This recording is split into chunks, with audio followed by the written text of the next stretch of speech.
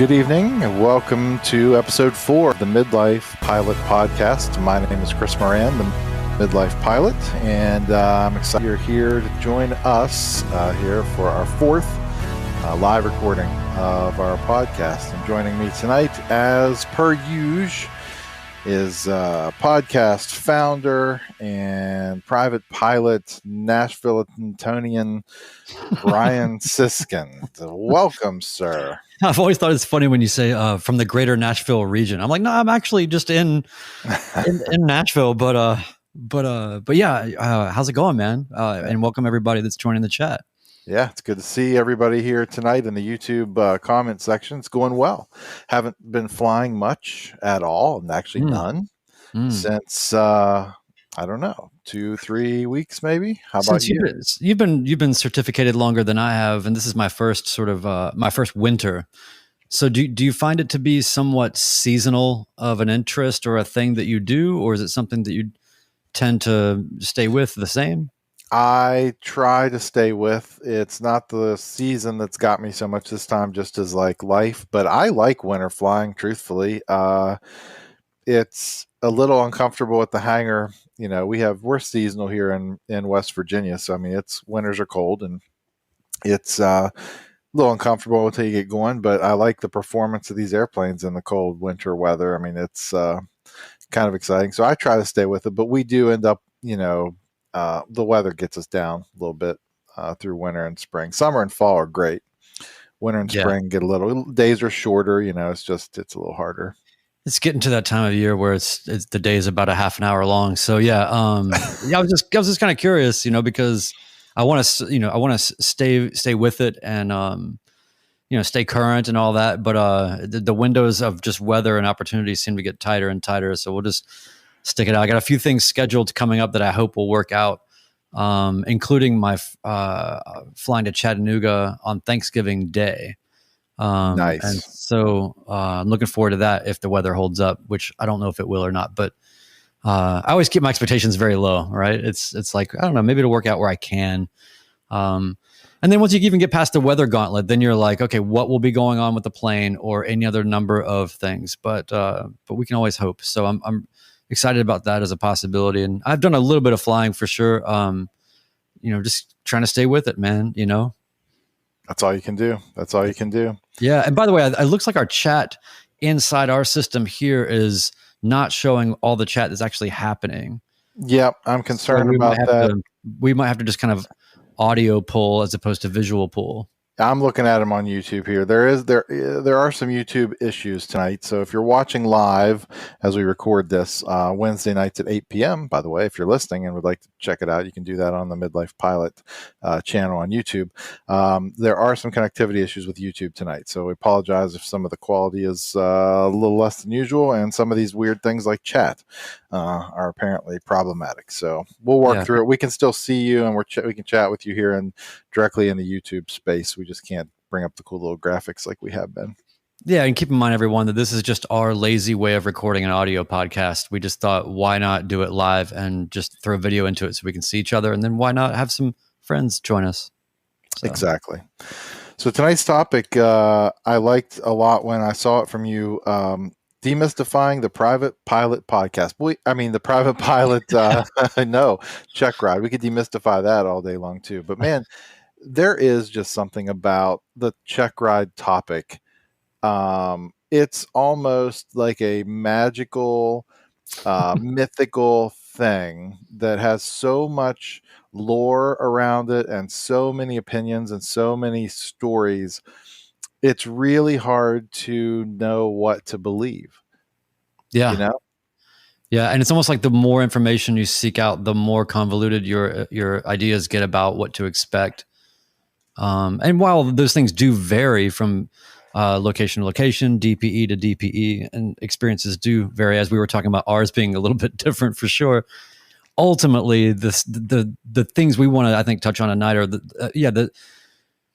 what is built up in people's mind versus what is the reality, and how maybe we'll be able to offer some people that haven't been through their private pilot check ride yet, maybe some means to sort of calm some nerves a little bit, because it's not, I just recently went through it, and then you've been through it, in the last, whatever, a year ago, year and a half ago, whatever it was. And so we're pretty recent people that have made it through this gauntlet. And so I only feel it necessary to give back and try to just, let people know what my observations are. And I want to hear yours too, Chris. And one of the things that in the pre-show before we were going live, we were comparing check rides, and it looks like you flew for about twice as long, or I flew about twice as long on my check ride than you did. So that's how widely this can vary. We all get the same certificate. I flew for an hour and 20 minutes. You flew for like 18 minutes or whatever. Yeah. Well, more than that, but yes, it was shorter. It was shorter than that for sure. So here's what I'd like to say about check rides. I think because I struggled a lot in the time leading up to it. Like it was a big, I had built this thing up in my mind to being an almost insurmountable, I will never be good enough to execute this kind of a thing. And I just had in my mind, and I don't know why. I mean, everything I had heard about the specific DPE that I was using had been really didn't line up with this kind of mindset that I had built around it. Mm-hmm. I kind of envisioned this idea that like this examiner's objective was to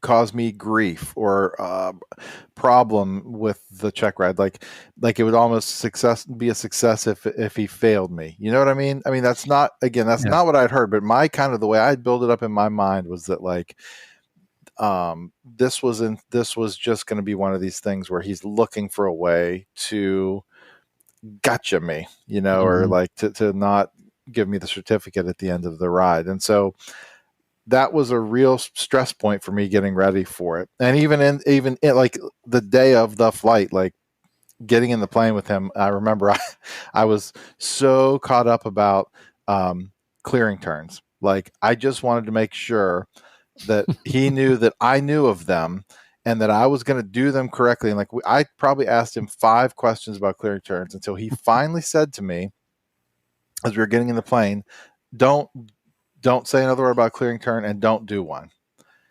I said, is this a trick? Are you setting, even at that point, I'm thinking, you're setting me up to fail. Like, I knew this would happen. Yeah. I knew it. He's to get me. He said, this is not a trick. He said, I'll have you turn to headings on the way there before doing a maneuver where we have to do a clearing turn, and we're going to count those as clearing turns. We're going to look outside in those turns, and that's a clearing turn. Like, don't stress.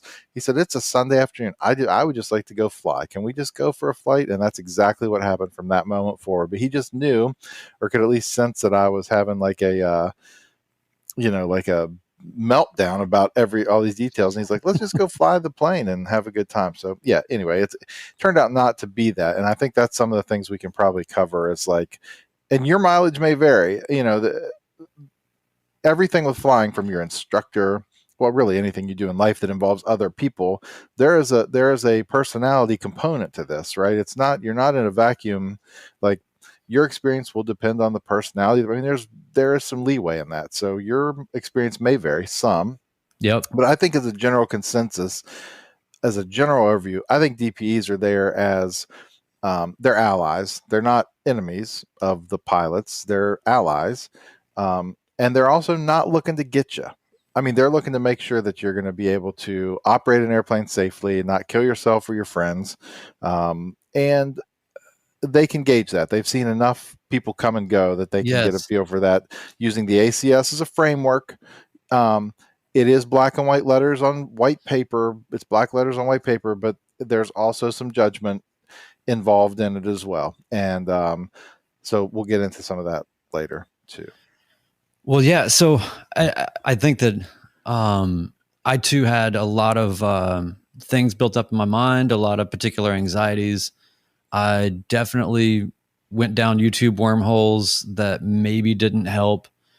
And then also, I found, at least in my experience, in terms of the prep, is that there is a point of, I think, diminishing returns that I wasn't expecting, or sort of a plateau or a point of saturation that I just wasn't expecting.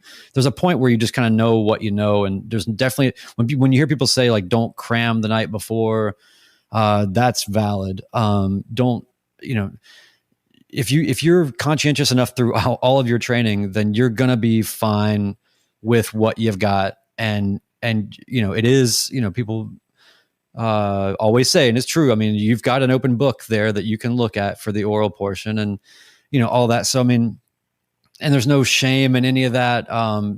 Even the most prepared people are gonna have some things kind of get away from them. I had a couple things that I had to look up because, like you, even at the beginning of the check ride and the oral portion, I was feeling like maybe he's trying to pull me into something here to kind of confuse me. And whenever he would kind of say something along the lines of like, "Are you sure about that?" As your answer, there were some. This actually kind of did throw me off. There were some times where I was saying the right answer, and he was still saying like, "Are you sure about that?" And I would say, "Oh." Because you, as soon as you hear that, you want to say, "Well, I mean, you want to leave the door open, right?" Like, Right. So there were a couple of moments like that, but in general, he's a human being just like you. He doesn't want to have a bad day. He doesn't want to see you melt down. He knows that you've spent a ton of money and time, and I think a lot of it too is honestly the conversation that I had with him prior to the check ride even starting. I think was really important to set the tone because it was really clear that he understood why I was doing this. He understood my motivation to even be here in the first place. And he could tell that I was serious about it and wanted to do right by it because of just the reasons that I got into the whole pursuit in the first place. And I think that if you come from a place of sincerity and a particular kind of altruism, and you're resonating that just from the moment you walk in the door, as opposed to being a shaky leaf, I'm just trying to get to the next thing because I don't know, I saw being a pilot in a catalog and I want to do that. Like that's the kind of stuff that they want to see. They want to see just people that are thoughtful, conscientious, prepared, all of that. So, Right. So I think I mean, God, we could talk about this for so long, but yeah, I'm like, was there anything for you, Chris, like in the oral portion that was either unique or a curveball or something you didn't get from any of your worrying ahead of time? Yeah. Yes. Yes. I think that I've mentioned on here before that I had a problem with weather theory. That was something that I wish perhaps I had spent just a little bit more time. Disclaimer here: it's weather, like a lot of things in aviation, is changing, and by that I just mean technology has changed, right, a bit. So like the days of necessarily, and I'm not dismiss. I mean, I spend a lot of time looking at weather, even for my little VFR flights that I'm doing, looking at a lot of charts, looking at a lot of stuff. The days of necessarily spending hours perusing weather charts and knowing the symbology inside, I mean, some of that has probably changed a little bit, and I think my DP kind of was aware of that. I wasn't as up on maybe some of the symbology and stuff on some of the deeper cut weather charts, as it were. Some of the deep tracks of weather charts threw me for a loop. And I actually learned a couple things my check ride day.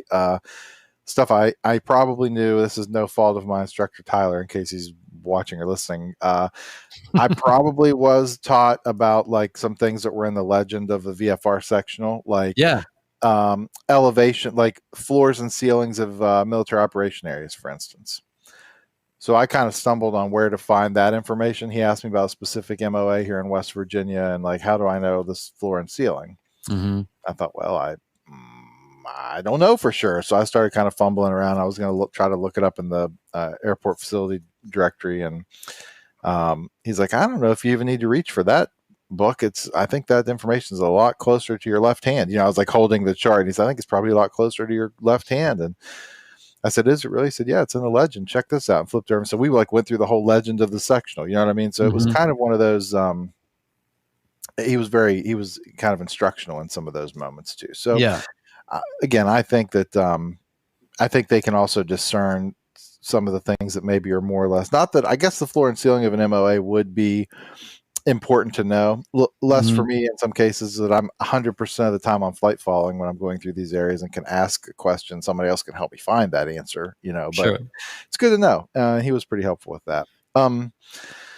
Hey, I wanted to ask you, I wonder, this is a good time to talk about maybe the preparation stuff, because like you mentioned earlier, going into yours, not only the conversation you had with your DPE about your kind of your personal connections to aviation, the reason you got into it, but also the things that you can do in advance to prepare just the boring stuff, the stuff that you have to have prepared as a prerequisite to even take the oral portion of the exam or the flight portion. You know, there's a lot of, it's a bureaucratic event here, and there's a lot of red tape on things that have to happen. And so maybe we could talk a little bit about this stuff, because I think you and I, we haven't actually looked at each other's materials here, but I think we probably followed a very similar approach to getting things ready. And I'm talking about things like, you know, you've got to have some of this will be a little harder if you rent a plane from a flight school versus if you have other access to them, but you need things like airplane logbooks, aircraft logbooks, engine logbooks, registration, airworthiness certificates of aircraft. Like, some of that stuff is easy if you own your own plane. I know there's a few people in the chat tonight. David Muscardelli's here. I know he's got a really nice Dakota. There's some other people in here who have their own planes, so they obviously have access to that material. If you rent at a school or at a club or something else, you'll have to do a little bit more, you know, asking around to get that stuff. Your DP will probably be able to help you acquire that and also help you mark the stuff that you need to have marked in there. But so like that stuff is pretty easy to deal with. Like, I'll just talk about briefly. I got like logbooks from the Cessna that I was flying, and I spent a lot of time going through these and marking pages that have like the most recent annual inspection, the recent transponder inspection, the pedostatic system, the ELT.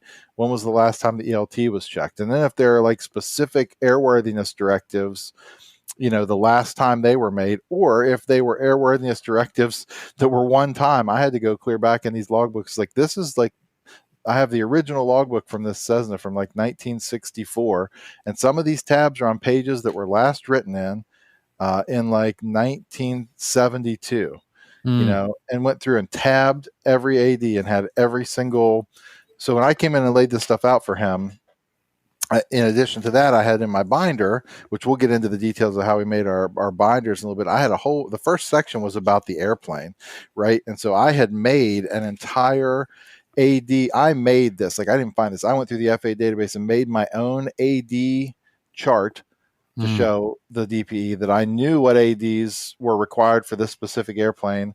I knew when they'd been complied with, and then I color coded the actual Excel document that I printed to match the colors of the tabs that I put in the books. I mean, it was the ducks were in a row, and we didn't spend very much time having to look through this. Did you do similar things to that? Yeah, I mean, it's funny too, because I, in looking at yours, I think that there's some direct correlation between the amount of hyper organization and the anxiety that you're feeling, because it becomes this. It's like a manifestation of, like, I need to do something. I need to feel like I have some control over this outcome or something. So I'm going to put stuff to paper and I'm going to organize it. So yeah, and one of the things you brought up, I think, is a great thing to talk about from my side, which is that you had you showed your logbooks with all the tabs and all of that. So me being at a flight school and not owning the plane, or I basically kind of got access to those logbooks so that I could then parse the information that I need so that I can put all the books back. And like, I couldn't necessarily have those with me for the check ride, or it just didn't seem necessary. But this saved my ass. And here's how. I pulled all the information and I made a page of the plane with all of the specifications of the plane. And then I have in a chart that I made basically every single inspection that's required and when they were last done. And what else? Engine airframe, propeller, what the current date is, the due date, everything. So it was all right there. And then what happened was, my brain went a little blank in the oral exam about when some of these inspections are due. And so I would have been in a different place if I would have had, I tabbed the FAR aim as well, but I felt like it made me feel like less of a jerk for forgetting some of the things. by going to my binder and being like, well, for example, specifically with this plane, you can see that its transponder is due to be inspected on this day. So you're already able to parlay and kind of change the dynamic of the conversation to be this kind of recitation of rote knowledge to practical application, which is really, in essence, all they want to be seeing. So I think it actually meant more to him, because otherwise he probably wouldn't. It was like a way for me to show that I had already thought about all this stuff, Right. And I don't think that if I would have pulled it out of the far aim, that would have felt more like tail between my legs. I'm sorry, I forgot, but I know where to look it up. Right. Versus being able to really demonstrate that I've got it, and so that kind of saved me from having to dip into the far aim. And then otherwise, I'll say that I'm trying to think of like some highlights about my binder. Here's a great thing I did. I can't really show it necessarily because it's got a password on it, but the front page of my binder is my IACRA FTN number and password in gigantic font. Yeah, that's smart. I also have a printed copy of the application in case the internet was down or whatever. I took all like my medical certificate, my licenses, everything. I blew them all up. I've got all of my course materials. I even did some little things like all of my wings fast activity, just like anything I could do to show extra concern and energy that I've expended towards the cause of safety. That was a really good thing to do. And then a couple other little details would be, I went ahead and had all the airworthiness for the actual plane, the weight and balance. We were able to talk about the weight and balance of the actual plane. I also have the type certificate data sheet. So there was just a bunch of stuff. Yeah. I had the whole POH. And then one of the last things I had in here that I think really went well in the Checkride was I said, and here are my personal minimums. And you can download this from wherever on the internet. I think they have them at the FAA or AOPA has somewhere. One. Yeah. And, just say like, I've already got declared minimums and here's the threshold in which I already operate. So those were some of the things I think that set me up for success in the oral. There were definitely things that I forgot. So that saved me. So I made a weight and balance sheet and I have one actually for each of the planes. I don't use them much anymore because I've got ForeFlight is pretty dialed in for me for the weight and balance calculations. But I made this dummy sheet with some stuff that, there's known numbers that I had printed that were already in bold. And then there's areas where I fill in things. And then there's some columns, like you do the top few rows. And then there's a row called zero fuel weight. There's some totaling rows that happen on these rows. Anyway, it was just an easy way for me to demonstrate that I could do a weight and balance for the airplane. In fact, I had to do that in front of him.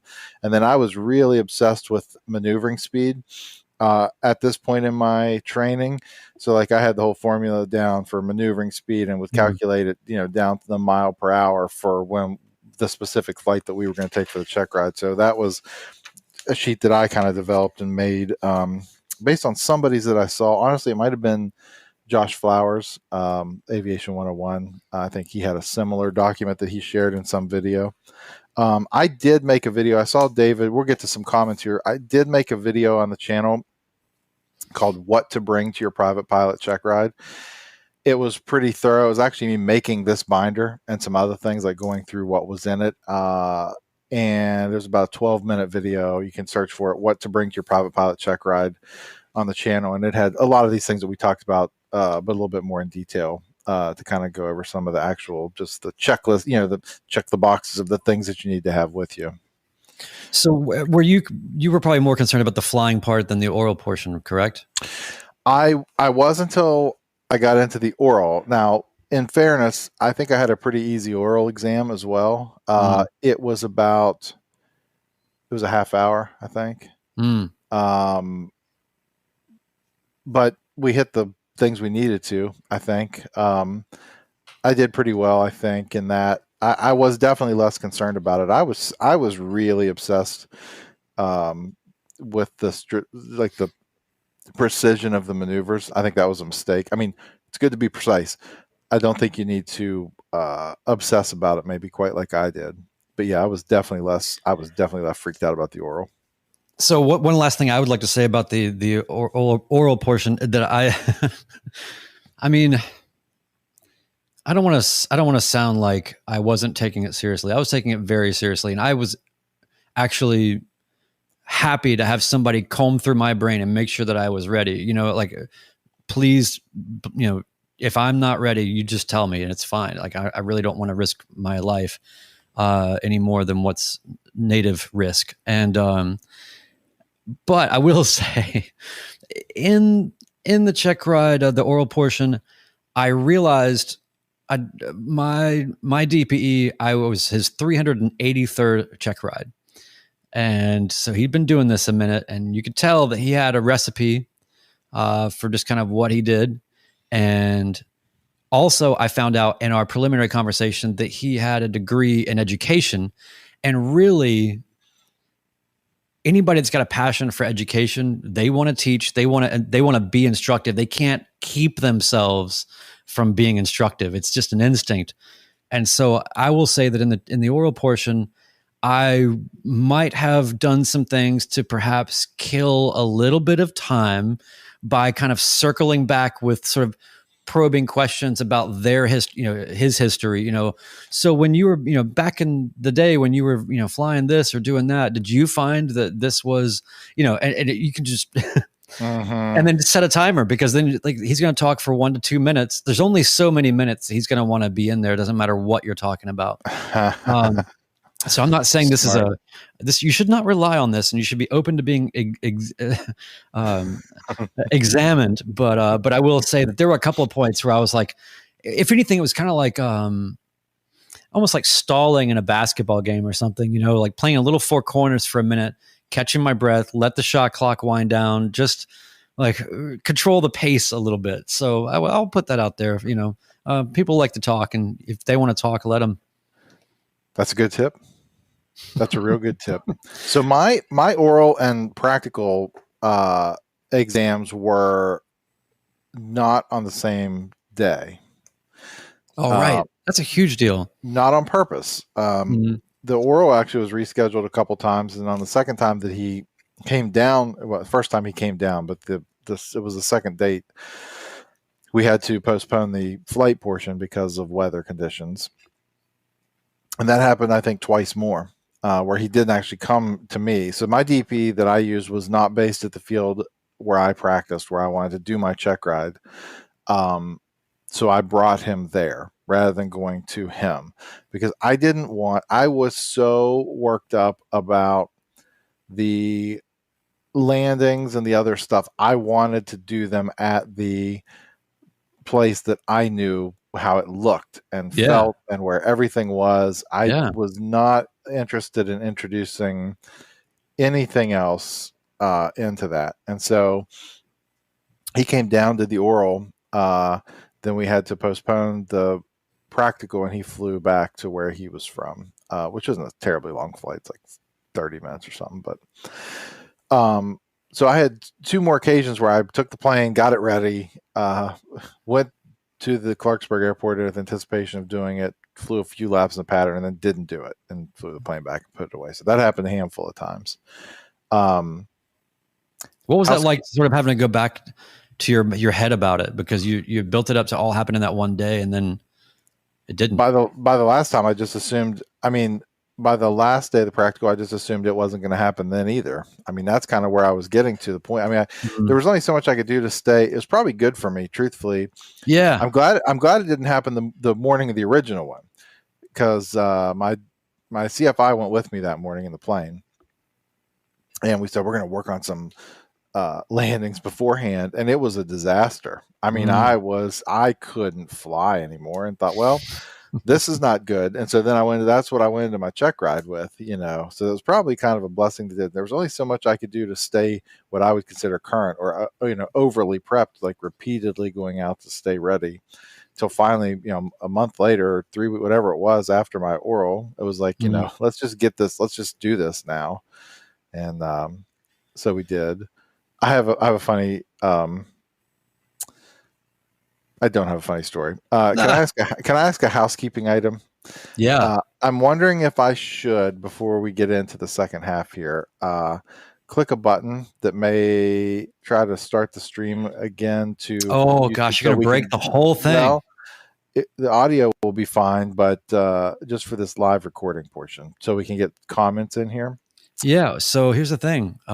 We all know what's going to happen. It's going to explode. But let's do it. I'm clicking it to see if I can't get this to see if I can't get this to connect. Because what I would really, what I'd really like to do is have the comments flowing in here, and I don't know if they will retroactively or not. In other words, I don't know if the comments that have already been made will flow into our screen so we can show them. All right, I think we are connected. There we go. Hey, okay. Comments are now flowing, including this. We all know it's going to getting explode. Quoted here. Let's do it. That is the okay.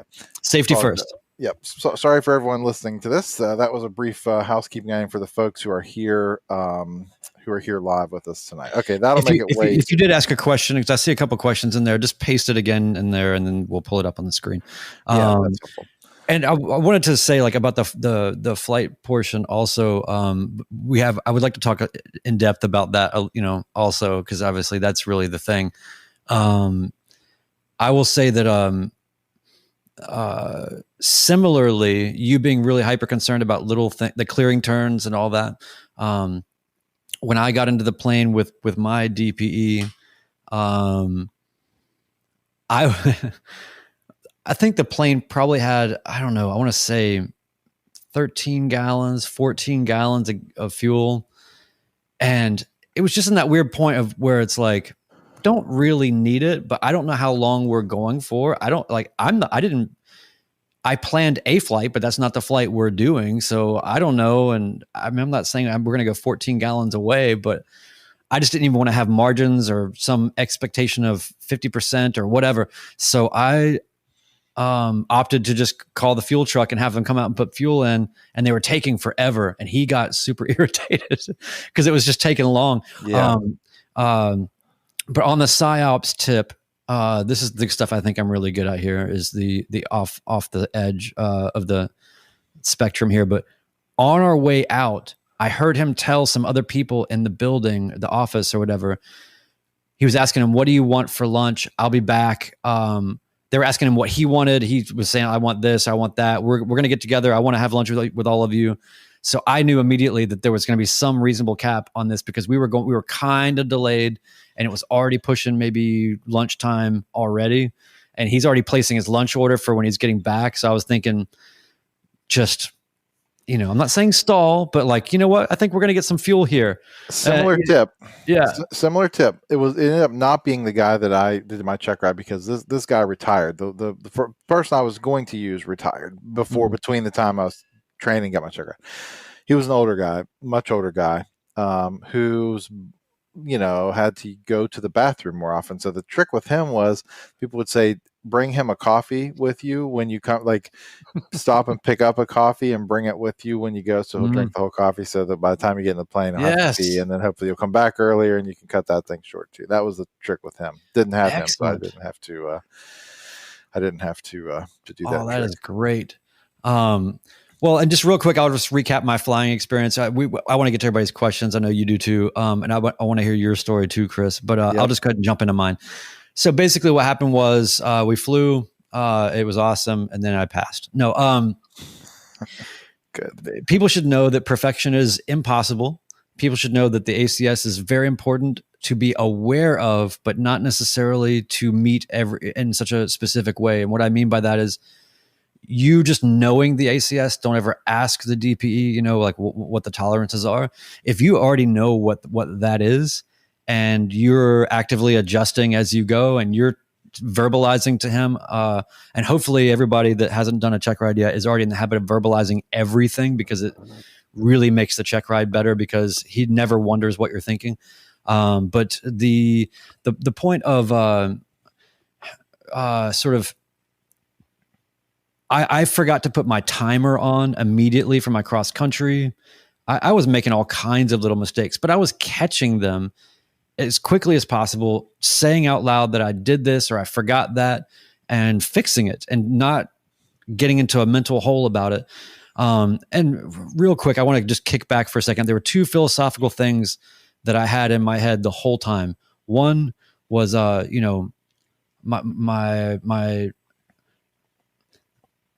I thought about like, what would my dad say what advice would he give me if he were still around about my check ride? And what I got from the ether was, this is not a test. This is an experience. And what that means to me is you get to go fly with this incredibly experienced person, learn all that you can learn. Think of it as just an incredibly valuable experience that you get to go along through, and just be mindful of what you're supposed to do, and be aware, so that when you do fall short here and there, you can pick it up and keep going. But think of it as just an experience, and that reframing of it really helped me, because it wasn't about this examination dynamic that makes you fumble. It was more like, hey, I'm just here for the ride, but I'm going to do the best I can. I'm going to give you the best I got on today and for the right now. The other thing that my instructor told me that was really helpful, that was key, was that it's a marathon, not a sprint. And but he was really specific about it in terms of your focus and your attention to detail. You're not going to be used to just staying that hyper aware for that long through so much sort of, kind of duress as things change, as Right. your diversion comes, and, all the other things. So those are some founding precepts that really helped me. But real quick, just to get through my flight, I mean, I definitely botched the earliest part of the cross country, which was setting the timer, but I recovered. I got to my spot. I did all the things. Side note, no ForeFlight allowed. In my check ride, I was told to turn enable ownership off. No way to even look, right? True analog experience. And then I had to do the diversion the same. Or I'm sorry, no, I'm sorry. Then upon the diversion, I was allowed to then all of a sudden use ForeFlight to just two finger it and say, oh, we're going to go that way, and we'll be there in 30 minutes, and it'll be great. So the diversion ended up being fine. I wasn't able to track in real time where I was, but I was able to at least get the heading, because I had been through all this kind of stuff about how to do that. I'd already known how to do that and prepared, but I was pleasantly surprised to be able to just sort of two finger that on ForeFlight and not to sit there and do calculations. So anyway, got that, did that. When we did the emergency procedures, I definitely feel like I wouldn't have made my spot necessarily comfortably, but it was fine. Then he had me pretty quickly. He had me go to this airport. I didn't realize we were going to land, and he said, "No, I want you to land." I'm like, "Oh," so I had to do a forward slip from God knows what altitude, and slipped further and more deeply than I ever had before, and got down, got down, and it was kind of like, I called the go around, because that's the number one. The go around is the default, right? Do that first if you have to. He wants to see him anyway. So the foreshadowing here, though, is that he got to see quite a few more later on in the check ride, the most crucial point. But anyway, so then the only other thing that surprised me, I did all the maneuvers, I guess, pretty fine, steep turns, all that stuff. I've been having a lot of problems leading up to the check ride. I had terrible flights, and then a week of bad weather, and then my check ride. So I was sort of in an F-it kind of place. But anyway, got through the steep turns, did all the things. Oh yeah, here's my yeah, that's how it all went. Yeah, like for instance, look at my steep turns. For those who can't see it, you can see how much the wind was blowing. I'm all sort of on top of myself there.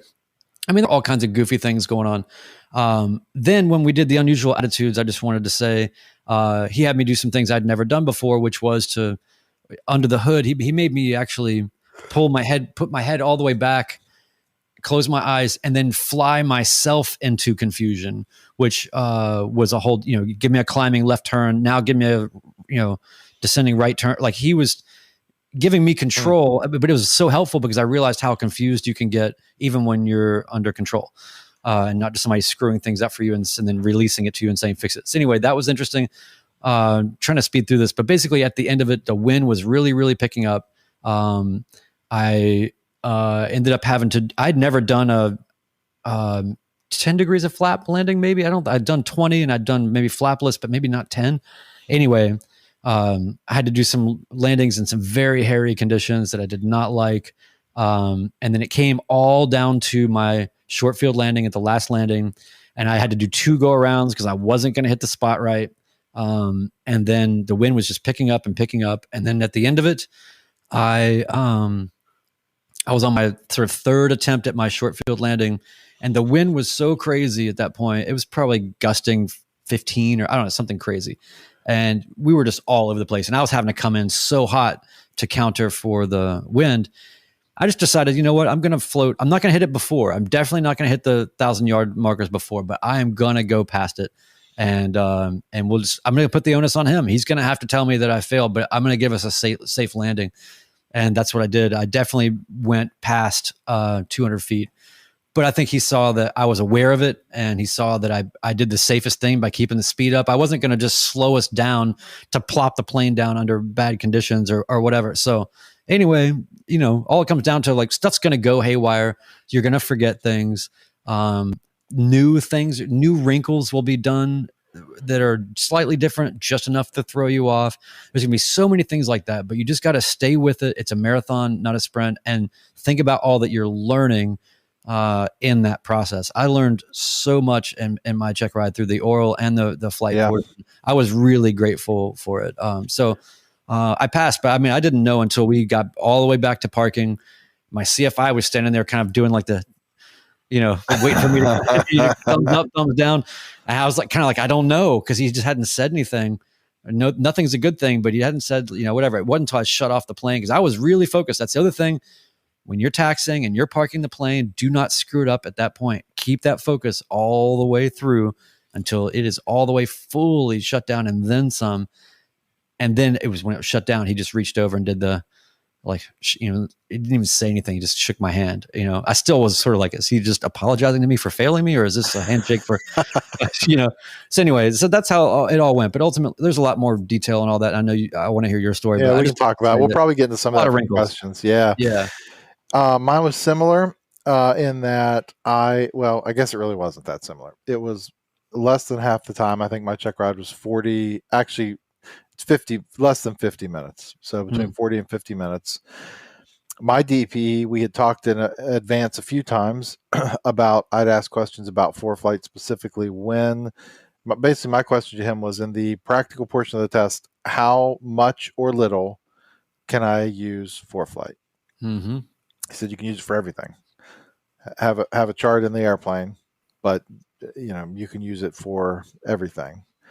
I'd asked him, I said, if you fail my ForeFlight as a simulated failure, can I use my phone's ForeFlight as a backup? He said, would you do that in the real world? Yeah. I said, yeah. And he said, well, you better bring your phone too. I mean, have it with you. He ended up not failing my ForeFlight at all, but he this is one thing I like to tell people. We may even get some, I don't know if we'll get any in this chat tonight, but I got some pushback. I've talked about ForeFlight a lot, and just generally speaking in some of the comments, there are some people I get some pushback on, like, you don't really know what it's not flying. Okay. These are the same people that say things like, or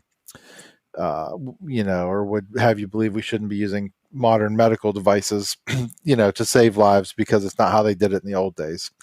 Get off me with that crap. I will probably never own a current paper chart again. I mean, I'm just being honest. I don't think I will. Times change, and it's for the betterment of safety in a flying. Well, my DP said it best. He said, I would rather have you spend a couple seconds figuring out your diversion on your iPad than have you get your head down in your chart for 5 minutes to get your plotter out and figure out what. I mean, it's a safety of flight thing. I showed him how to do it in the oral exam. Yes. I used ForeFlight from the very first lesson. I had instructors who embraced it, and so it was part of my training. I was using a device through my entire training, so I didn't get caught in ruts of using it improperly or not paying attention to what's going on. I think people that are stuck in that, I think people really need to reevaluate the pushback that you get from technology. Anyway, that's the end of my soapbox about that. So I was able to use ForeFlight for my whole check ride. we left. We did some things. I made a couple of big mistakes. The maneuvers were okay. Like I wasn't super thrilled about my turns around the point. They were a little sloppy, and my I think on my power off stall, I lost 20 feet more than I should have. I mean, it was pretty minor, like minor things that kind of I noticed a few things until after slow flight, he had me going to various headings and turning the airplane in various ways and slow flight and whatever. And then he said, "Okay, recover to 3,500 feet. And we'll go do something else. So go ahead and recover from slow flight." So I push carb heat in, push power full, and I'm like trying to get, I'm a couple hundred feet below. So I'm trying to like get back up and I'm watching my airspeed. I'm just kind of glancing at it. I'm like, why am I going 80? Why am I only going like 80 miles an hour and I can't climb and I can't go any faster than this? So I'm looking casually, not like I'm just kind of, my eyeballs are darting around, the pen. I'm looking at all the normal things. I'm like, is that making good power? Like the RPMs, everything's, and then if he could have read your thought bubbles. Oh yeah, I'm sure he knew what was happening exactly. So he's sitting there, and I hear him go. It might help to clean the airplane up. And I look out, I've got 30 degrees of flaps like smashed down outside the windows. I'm like, oh my god! And I said him by his name. I said, "You don't write that down. I don't want to see you writing that down." And so he laughed, and we had a chuckle about it, and put the flaps up, and kind of kept going. So I think what he thought was the same thing I thought, which was like, I probably wouldn't have made that mistake not in the Checkride setting under the pressure of an exam. You know what I mean? It's one of those things where he determined that's not a safety of flight situation. That's an exam situation. So that, he let me go with that. But I tell people all the time, he could have failed me for that. I mean, I couldn't clean the airplane up to, you know what I mean? Like, could have been a failure. So we went out and did our stuff, and then we came back, did a couple landings. I always joke, all three of my landings were exactly the same. Like I joke with people, I told you this before, Brian. My normal landing, short field and soft field landings were all the same, because I used to argue with people all the time. I said, I don't want to use 40 degrees of flaps on this landing. And DP said, I don't care what flaps you use on your short field. Get the thing on the ground, and time that you can stop where you need to. I don't care what flap settings you know what I mean? The point is, if you can accomplish the objective, I don't care how your airplane's configured. So he was pretty lenient. I didn't miss my spot. I mean, I did hit my spots within the required distances. And, like you say, I didn't do it on my Checkride, but I did here recently, after 2 years of being a private pilot, I did, to my own airplane, run my wingtip into a hangar, taxiing. You talk about paying attention all the way to until you shut the airplane off. It is super easy to get complacent when you're not flying anymore, because you figure, well, I've landed. The hard part's over, right? I just got to get back to the hangar. And I was screwing around on my iPad and talking to somebody on the radio casually, another pilot friend that I have at the airport. We were just having a casual conversation. And I'm looking at my iPad, and I'm drifting over towards the hangars where, as I normally do, so I could kick it around to get lined up to push it back in, right? So I'm not on the center line anymore. I'm getting a little close, but I'm veering left, and I'm looking down at my iPad. And the next thing I know, I felt and heard my left wingtip scraping along the front of the hangar beside ours, and I thought, I got away very fortunately. It was a nav light and some paint on the on the fiberglass end of the Piper's wingtip, but that could have been a human, and it could have went any number of ways. So you do have to pay attention the whole way to the end. But my practical experience was, here's what I tell people to you. I think your point is spot on, that it is an experience. And in fact, my whole outlook on flight training changed somewhere around the middle of my training, when I quit looking at it as a race to get to 40 hours and to get to the Checkride, and started valuing every time that I got to get in the plane with Tyler and fly. Because whether you're doing it as a private pilot or student flight, you're still flying an airplane. You're still one of so few people who get to do that. To me, when it started to become about the experience of the whole process, it changed my whole outlook on it. It's not a race. There are certainly factors. You don't want to spend way more time and money than you need to get there, but it's not, the end game is not getting to the day you get your private certificate. Like the game is, it's a much longer event than that. And your Checkride is just the same it's just another experience to fly with a new person. And ended up, we had a great time. He called me out on the radio going home. He heard me call my local airport and like said things to me on the radio, which was super cool. It's in the Checkride video on the channel. But anyway, it just turned out to be such a positive experience. I can't wait to see him again. Started my instrument training. I'm gonna have him do my instrument check ride. And once you get a relationship with somebody like that, I don't know how I could possibly do anything different than that. So I can't wait to see him again and fly with him again. And I hope that he's proud of me, or that he sees that I've improved, since the last time he saw me fly. And anyway, it turned out to be, I had built it up to this horribly scary, overwhelming, daunting experience. And what it turned out to be was one of the best days of my life, probably. Yeah. And, man, just, don't kill yourself. If you guys are getting ready for your rides, don't kill yourself mentally about it. It's a great experience. It was good for me, but we've got a lot of questions about check rides too. And also, like, what's the worst thing? The worst thing is, like, when I was coming back and I was thinking, man, the wind has picked up so much. I don't know if I'm going to be able to get these landings, right, a short field or whatever. I just thought to myself, I'm just going to be happy. I'm going to, in my mind, on the way back to the airport, I'm thinking, I've clearly passed everything else. If I botch this short field, then that's all I'm going to have to go back and do, and that's okay. I mean, and so the worst case scenario is you go and you get what you missed, and then you get an opportunity for an actual education in areas that you're actually possibly needing a little bit of brushing up on or whatever, which will make you safer, and then you've finished the damn thing. So I don't know, these people don't want to feel you, or they don't want to fail you. They want to see you live and enjoy it and be an ambassador and bring other people into the fold and be charged up and thrilled about aviation. They don't want to see you, winging it or having too much, exhibiting pilot attitudes or whatever. So, but yeah, so we got tons of comments. Let's get into it. Let's get into some of these. We got a few people in here who actually have their check ride scheduled, including Student Aviator. Less than 30 days from now. I can't wait to get their check ride over with. One Dull Geek, who also has a YouTube channel, student pilot YouTuber, said same with him. His is scheduled for December 8th, which is all incredible. Right. I mean, a lot of people have intense lead times. I know that Student Aviator has had a long wait. I'd be interested to hear from people that have been ready for a while, and how do you sort of stay on it because you don't have access to a DPE quickly. I was very lucky. I was basically like, I'm ready, and I booked it for 2 or 3 weeks out and was done. So I have a lot of empathy for those that feel like they're ready and then only have that much more time to chew themselves up in their own brains. Hopefully what we've talked about tonight, though, will help some of that, mitigate some of that. Yeah. Nathan, getting back to a couple of ForeFlight comments, or we use ForeFlight generically, an electronic flight bag. I mean, ForeFlight is kind of become the Kleenex of tissues, right? Like Xerox. Xerox of copy machines.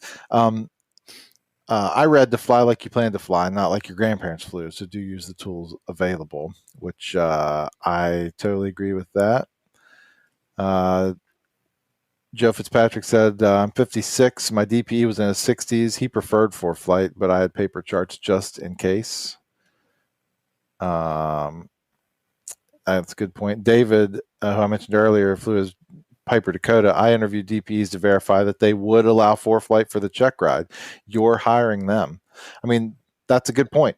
Yeah. I don't know if there's anything wrong with if you have options available in your area to reach out to DPEs to get, to ask the questions. You're allowed to ask questions about the process of your ForeFlight, certainly.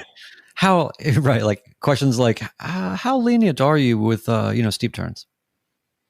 Yeah, you can. Yeah, what are you? What's your take on? Yeah, how they have. It's 45 degrees, really 45 degrees.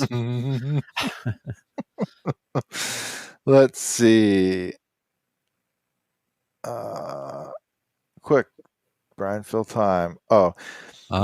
One dog geek. My CFI will not allow me to use ForeFlight until after the Checkride, which I'm not a fan of. Interesting.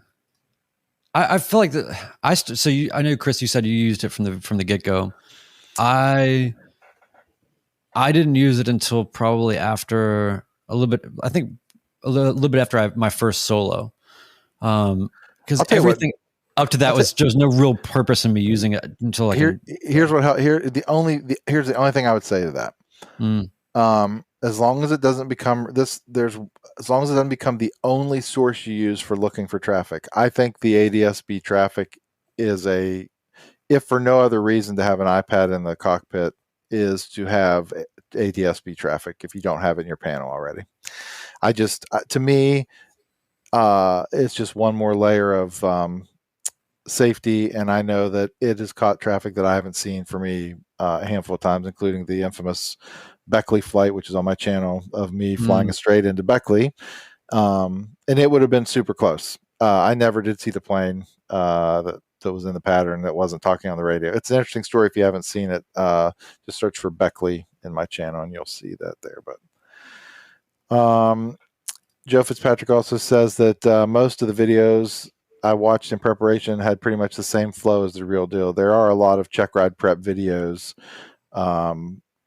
on YouTube, just in general, that you can find, and I think they are pretty beneficial in helping prepare. Anything you can do, I think, to get familiar and to take some of the the foreignness away is probably helpful.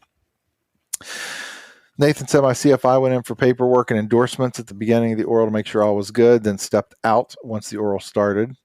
I paid right before the oral started. What's the price difference between you two? Talking about me and you, Brian. I'm trying to remember what my Checkride cost. I feel like mine was like, I paid, I think, $400 plus his travel. I think he charged me like $75 or something to fly down. It was $500 or less. Mine was 500, but I know that they can be twice that. Yeah. So that's Nashville and Clarksburg, West Virginia. So there's two comparison points for. And I was able to Venmo it, which I was really thrilled about. I didn't even try. I took cash and we called it good. Brian, have you ever played poker? You sound like a poker player getting reads on opponents with all of your like psychological analysis of your examiner and trying to talk him out of wasting all your time in the oral. That's a good point. I'm not a poker guy. I don't like any games that have unnecessary bravado. And what I mean by that is like, I could never enjoy playing pool because so much of playing pool is just like walking around hemming and hawing at things and kind of looking and, just like all this choreography that has nothing to do with the stinking game. Just play the game. So between poker and pool, I'm out. Yeah. Hey, we got trouble right here in River City. No, sorry, that was the pool. I thought you were going to see, like, my DPE's in the chat. Oh boy. No, oh God. He could be. How do you guys convince yourself that you were ready for the Checkride? The flying portion, I'm trusting my CFI when he says I'm ready, but there's so much in the knowledge section that I'm overwhelmed. Got any advice? How did you know? What was your deal? So I think I really sympathize with this question. I understand exactly how this feels. If you think back to any other point in your training, it's the same thing. When you were about to do your first solo, there's nothing. There's no reasonable part of the human brain that tells you I'm fully ready to solo, because you don't even really know what that is going to feel like or is entailing. I mean, you know what you have to do, and you pass a little written test or whatever to kind of qualify for it, and then you go do it. But there's nothing like being in the plane at that moment for the first time by yourself. And how does that going to feel? And what are you going to be thinking? The thing that gets you over the hump at that stage is the same thing that'll get you over the hump at this stage, which is imagine being a CFI at all and having these numbnuts come off the street with, okay, I've got 20 hours. I'm ready to go fly in an airplane by myself. I got to sign off on this guy. I'm only going to do that unless I really understand the implications and what's going on here. I'm not taking any chances with my, I don't want to have a lifetime of guilt shrouding me or whatever. So the same thing that'll get you past the solo is the same thing to get you past the check ride, which is like you said, your CFI said you're ready, then you're ready, and you're going to be overwhelmed by what you don't know because you feel like you have to know everything. But guess what? You actually don't have to know everything. That's right. So, and nobody's going to be rightfully expected to do that. Just play the game, play the poker game, and then look up things when you need to, and be aware and know the ACS. Just know the ACS so that you know when you're beginning to deviate from the ACS, so that you can say, I'm aware, I'm fixing it. That's it. Yep. Let's bust through a handful of these. Yeah. We're technically at time. Let's go a few more minutes so we can get through these. How many hours did you spend preparing for oral portion with your instructor? That's a good question. I was actually looking at my logbook. Oh, it's nowhere near me. Today, I have a total in my logbook of logged ground school time of like 4 hours total, like to this day. We didn't spend a bunch of time doing that. I did most of that on my own. I had a friend. There's a couple of videos on my channel, Kevin Webb, who you've seen, and he actually has been in a couple of these episodes already, or one of these episodes already. He did a mock oral check ride with me, which was really helpful. We did a full-on like hour-long mock oral check ride, which I think was helpful. We did the practical too. He flew with me. It's another CFI just to get another opinion and kind of look through things. So that was pretty helpful. But I didn't spend a bunch with my instructor. Did you on ground study? I did everything I could to not do that, because it just seemed, whenever we did have any kind of ground school, and this is no slight to my instructor, but it felt painful. It felt like I was watching money burn, because anything that he's talking about, I already have access to this information. Just suck it up. So yeah, I didn't do hardly any. I mean, there was a little bit on the check ride side, which I know is like what he's asking. But it really wasn't that much at all. Yeah. We got a handful of price comparisons. I'm not going to put all these up, but 600 Central Michigan, Florence, South Carolina, 600, and the pilot is flying to him. 800 in Dallas, Fort Worth, 600 in Northern California. Here locally, Stinky Weasel says 850 to use the DP as CFI uses here in our area. Here is a good Joe. Sorry for hogging all the comments. I think we should close with this, because I think Joe Fitzpatrick has the best, maybe some of the best advice of the show. Talking about what to do on your practical. If you're able, try to talk to people who have used your particular DPE. It'll give you an idea of his or her style. They all follow the ACS, so make sure you're solid there. Make corrections if you bust a speed or altitude. True story. As long as it isn't a safety issue, being able to recognize and correct yourself goes a very long way with your DPE. It shows that you are the PIC and reflects real life situations. We're not perfect. Just don't keep making the same mistakes.